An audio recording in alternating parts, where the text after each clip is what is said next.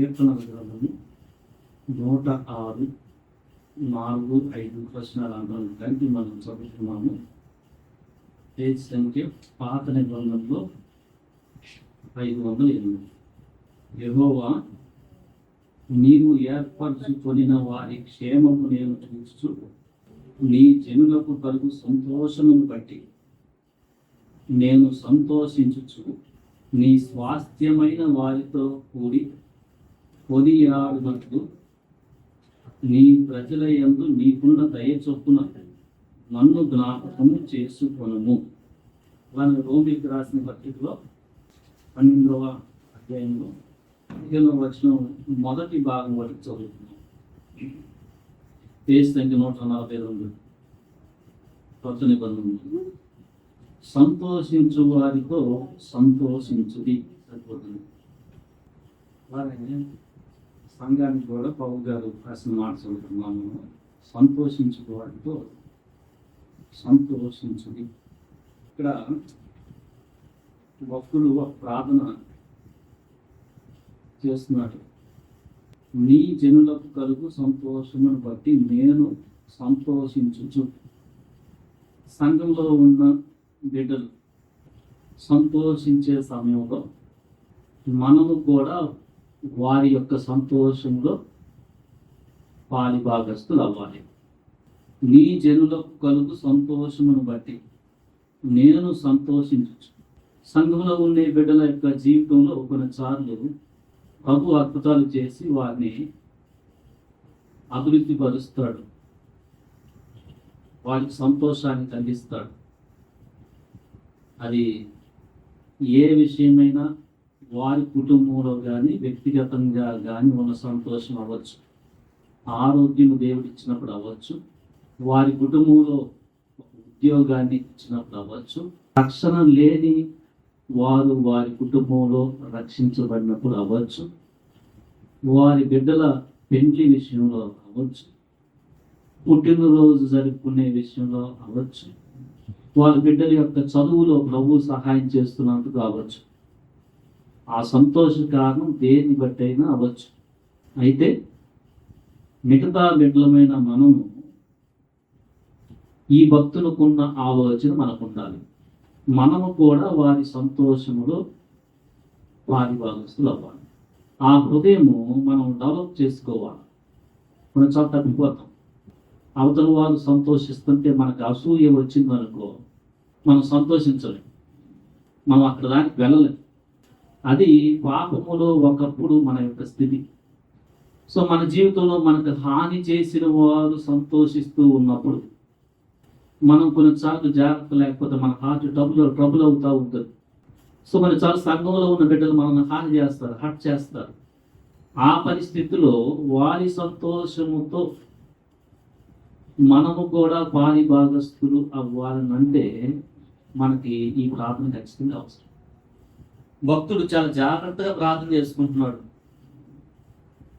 నీవు ఏర్పరచుకొనిన వారి, అంటే సంఘంలో రక్షించబడిన వారి క్షేమాన్ని నేను చూచుచు నీ జనులకు కలుగు సంతోషమును బట్టి నేను సంతోషించుచు వారితో కూడా కలిసి నిన్ను స్తుతించే విషయంలో, కొనియాడే విషయంలో, మీ స్వాస్థ్యమైన వారితో కలిసి ఆ యొక్క కాంగ్రిగేషన్లో, ఆ యొక్క సంఘం కూడిన ఆ పరిస్థితుల్లో నేను కూడా ఉండి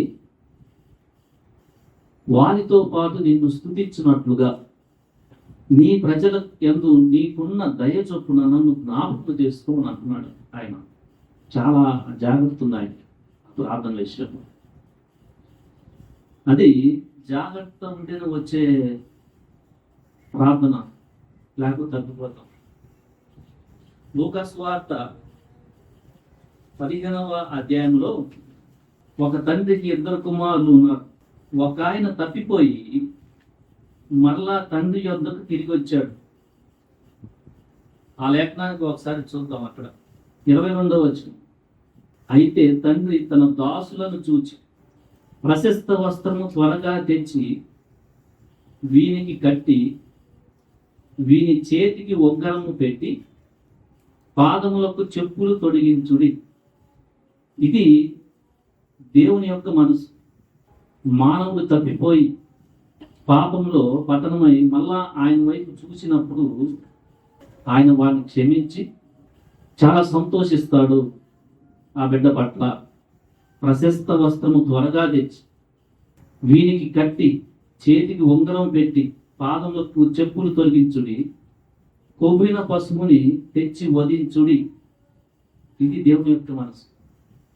ఆ మనసులో కూడా తన దాసులను పాలి భాగస్థులమని చెప్తున్నాడు. మనము తిని సంతోషపడదము. ఈ నా కుమారుడు చనిపోయి మరలా బతికెను, తప్పిపోయి దొరికినని చెప్పాను. అంతటా వారు సంతోషపడసాగిరి. ఆ మనసు ఉండాలి మనకి, ఆ దాసులతో మనసు. ఈ లేఖన భాగంలో ప్రభు చెప్తూ 10వ వచనంలో, అటువలే మారు మనసు పొందు ఒక పాపి విషయమై దేవుని దూతల ఎదుట సంతోషము కలుగునని మీతో చెప్పుచున్నాను. ఒక మనిషి తనకున్న పతన స్థితి నుంచి దేవుని వైపు చూస్తే దేవునికి దూతలకు సంతోషం. అక్కడ ఆ తండ్రికి దాసులకు సంతోషంగా ఉంది. కానీ ఒక ఆయన జాగ్రత్త పడతాం.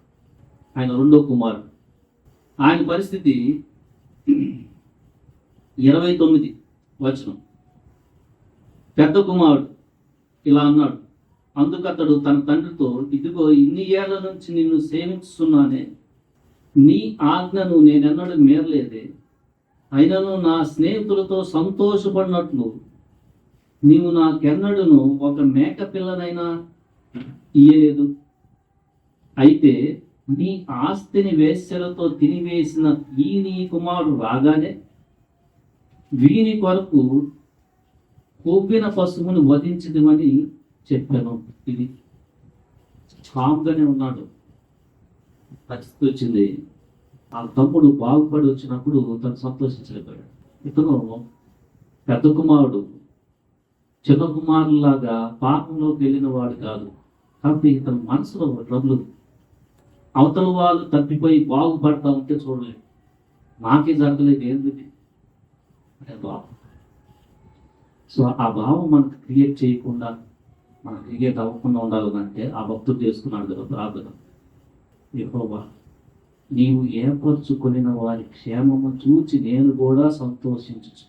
నీ స్వాస్థ్యమైన నీ జనులతో కొనియాడినట్లు నీ ప్రజలకున్న దయ చొప్పున ఆయన ప్రార్థన చేస్తున్నాడు. పౌలు గారు కూడా చెప్పారు, సంఘం ఎవరన్నా సంతోషిస్తుంటే సంతోషించండి అని చెప్తున్నారు. ఈ భావం మనకి అసూయ లేకుండా చేస్తుంది. వేరే వాళ్ళ సంతోషం మన సంతోషం ఏమి చేస్తుంది. దేవుడి మాటలు దీవించిన కాక ఆమేన్.